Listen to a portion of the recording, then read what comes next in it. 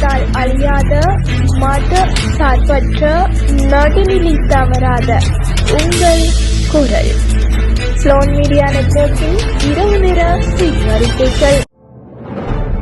முதலில் தலைப்புச் செய்திகள்.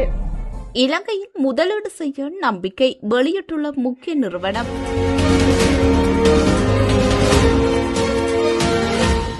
இலங்கையில் எரிபொருள் விலை மாற்றம் தொடர்பில் வெளியான புதிய தகவல்.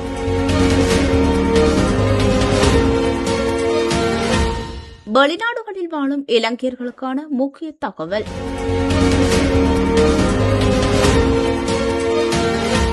G7 உச்சி மாநாட்டிற்கு எதிராக ஜெனீவாவில் தீவிரமடையும் போராட்டங்கள்.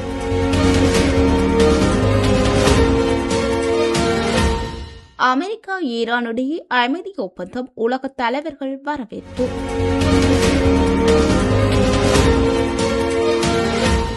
டிரம்பின் அறிவிப்பால் உலக சந்தையில் மசகு எண்ணெய் விலை வீழ்ச்சி.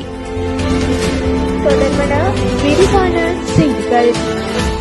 ஜனாதிபதி அனுரகுமார திசநாயக்க மற்றும் சைனா ஹார்பர் இன்ஜினியரிங் நிறுவனத்தின் தலைவர் பா இன்ஷான் உள்ளிட்ட பிரதிநிதிகள் குழுவுக்கு இடையிலான விசேட சந்திப்பு ஒன்று இடம்பெற்றுள்ளது. இந்த சந்திப்பின் போது ஜனாதிபதி அனுரகுமார திசநாயக்கவின் நேரடியான மற்றும் தொலைநோக்குடைய தலைமைத்துவம் காரணமாக இலங்கையில் மேலும் முதலீடுகளை மேற்கொள்வதற்கு தமக்கு வலுவான நம்பிக்கை ஏற்பட்டுள்ளது என சைனா ஹார்பர் நிறுவனத்தின் தலைவர் பா இன்ஷான் தெரிவித்துள்ளார். குறிப்பாக கொழும்பு துறைமுக நகர் சிறப்பு பொருளாதார வலயத்தின் முன்னேற்றத்திற்காக தற்போதைய அரசு வழங்கி வரும் ஊக்குவிப்பு நடவடிக்கைகளுக்கு தனது நன்றியை தெரிவித்துக் கொண்ட தலைவர் ஜனாதிபதியின் புதிய நிர்வாகத்தின் கீழ் இலங்கையின் பொருளாதாரம் மிக விரைவாக ஸ்திரத்தன்மையை அடைந்திருப்பதையும் வெகுவாக பாராட்டியுள்ளார். மேலும் அண்மையில் நாட்டை தாக்கிய டிட்வா சூறாவளியால் பாதிக்கப்பட்ட மக்களுக்கு அவசர நிவாரணம் வழங்குவதில் சைனா கார்பர் நிறுவனம் வழங்கிய தாராளமான ஆதரவுக்கும் நிதியுதவிகளுக்கும் ஜனாதிபதி அனுரகுமார திசநாயக்க தனது நன்றி உணர்வை வெளிப்படுத்தியுள்ளார்.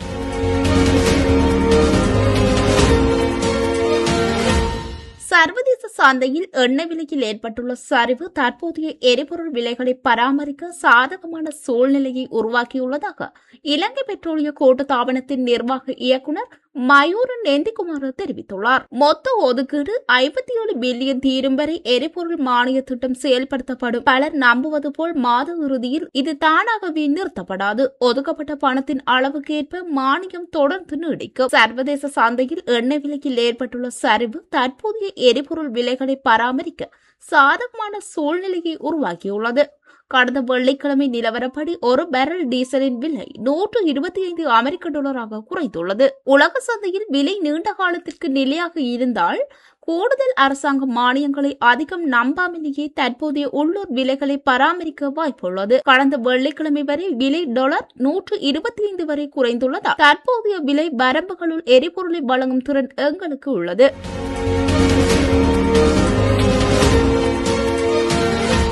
வெளிநாடுகளில் வாழும் இலங்கையர்களுக்கு முக்கிய அறிவிப்பொன்றை வெளிவிவகார அமைச்சு வழங்கியுள்ளது. வெளிவிவகார பிரதி அமைச்சர் அருண் ஹேமசந்திர வெளிநாட்டில் உள்ள தகவலின்படி வெளிநாடுகளில் வாழும் இலங்கையர்களின் முறைப்பாடுகளை முகாமைத்துவம் செய்வதற்கான புதிய தளமான லங்கா கொனெக்ட் என்ற கைபேசி செயலி ஒன்று அறிமுகப்படுத்தப்பட உள்ளது. குறித்த செயலியானது நாளைய தினம் அறிமுகப்படுத்தப்பட உள்ளது.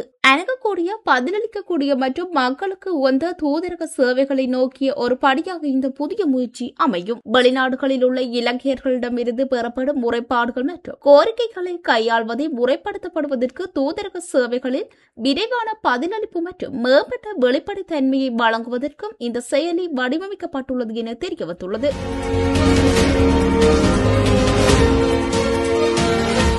பிரான்ஸ் நாட்டின் ஏவியன் நகரில் நாளை ஜூன் 15 முதல் 17 வரை நடைபெறவிருக்கும் G7 உச்சி மாநாட்டிற்கு எதிர்ப்பு தெரிவித்து சுவிட்சர்லாந்தின் ஜெனீவா நகரில் ஆயிரக்கணக்கான மக்கள் நேற்று போராட்டத்தில் ஈடுபட்டனர். சுற்றுச்சூழல் ஆர்வலர்கள், பெண்ணியவாதிகள் மற்றும் பாலஸ்தீன உரிமை ஆதரவாளர்கள் உள்ளிட்ட 60க்கும் மேற்பட்ட அமைப்புகளை கொண்ட G7 கூட்டமைப்பால் இந்த போராட்டம் முன்னெடுக்கப்பட்டது. அமெரிக்க ஜனாதிபதி டொனால்ட் ட்ரம்ப் மற்றும் பிற உலக தலைவர்களின் கொள்கைகள் உலகிற்கு அச்சுறுத்தலாகவும் ஏழைகளாக்கும் வகையிலும் இருப்பதாக போராட்டக்காரர்கள் குற்றம் சாட்டினர். America, Canada, Japan, France, Germany, Italy மற்றும் ஐக்கிய ராஜ்யம் ஆகிய நாடுகள் அடங்கிய G7 அமைப்பின் உலகளாவிய பொருளாதார பங்கு 70%இலிருந்து 40% குறைந்துள்ள நிலையில் அதன் உலகளாவிய அங்கீகாரம் குறித்த கேள்விகளும் எழுந்துள்ளன. அதேவேளையில் இந்தியா, ரஷ்யா, சீனா உள்ளிட்ட பிரிக்ஸ் நாடுகளின் கூட்டமைப்பு தனது உறுப்பினர்களின் எண்ணிக்கையை 11ஆக உயர்த்தியுள்ளதும் குறிப்பிடத்தக்கது.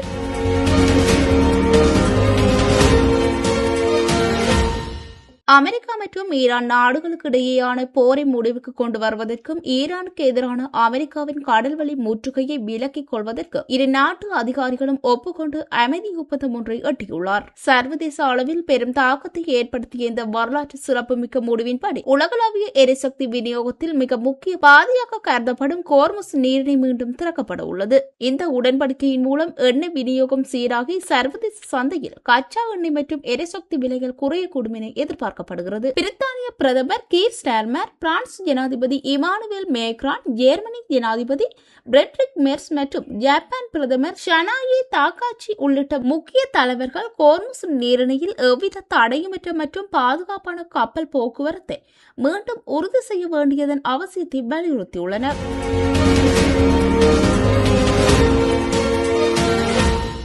100 நாட்களுக்கு மேலாக மூடப்பட்டிருந்த கோர்முஸ் நீரிணையை மீண்டும் திறப்பதாக ஒப்பந்தத்தை அமெரிக்காவும் ஈரானும் அறிவித்துள்ளது. இந்த முடிவை தொடர்ந்து சர்வதேச சந்தையில் மசகு எண்ணெய் விலை கடுமையாக வீழ்ச்சியடைந்துள்ளது. இதன்படி பிரெண்ட் ரக மசகு எண்ணெய் 3.55 சரிந்து ஒரு பீப்பாய் 83.77 அமெரிக்க டாலராக வீழ்ச்சியடைந்துள்ளது. WTI மசகு எண்ணெய் 4.10% சரிந்து 80.78 அமெரிக்க டாலராகவும் பதிவாகியுள்ளது. அத்துடன் மேர்பன் ரக மசகு எண்ணெய் 4.23% வீழ்ச்சியடைந்து 83.02 அமெரிக்க டாலராக விற்பனை செய்யப்படுகின்றது. அதன் அடிப்படையில் ஈரானும் அமெரிக்காவும் சமாதான உடன்படிக்கை தொடர்பான அறிவிப்பை வெளியிட்டதை தொடர்ந்து மசகு எண்ணெய் சடுதியாக வீழ்ச்சியடைந்துள்ளது.